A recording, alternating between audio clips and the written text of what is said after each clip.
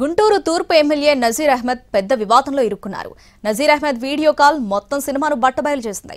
టీడీపీకి చెందిన మహిళా నేతతో నజీర్ వ్యవహరించిన తీరు ఇప్పుడు చర్చనీయాంశంగా మారింది. అసలు వీడియో కాల్ విజువల్ ఎలా బయటకొచ్చిందనేదే పెద్ద క్వశ్చన్ మార్క్. గుంటూరు ఈస్ట్ ఎమ్మెల్యేగా గెలిచిన నజీర్ అహ్మద్ ఓ మహిళతో మాట్లాడిన వీడియో కాల్ వివాదాస్పదంగా మారింది. గుంటూరులోని 56వ డివిజన్కు చెందిన గుడిపల్లి వాణి గతంలో కార్పొరేటర్గా పోటీ చేసి ఓడిపోయారు. ఆమెతో ఎమ్మెల్యే నజీర్ అహ్మద్ మాట్లాడిన వీడియో కాల్ సోషల్ మీడియాలో ప్రత్యక్షమయ్యింది. అది వైరల్ కావడంతో ఎమ్మెల్యే వ్యవహారం రచ్చకెక్కింది.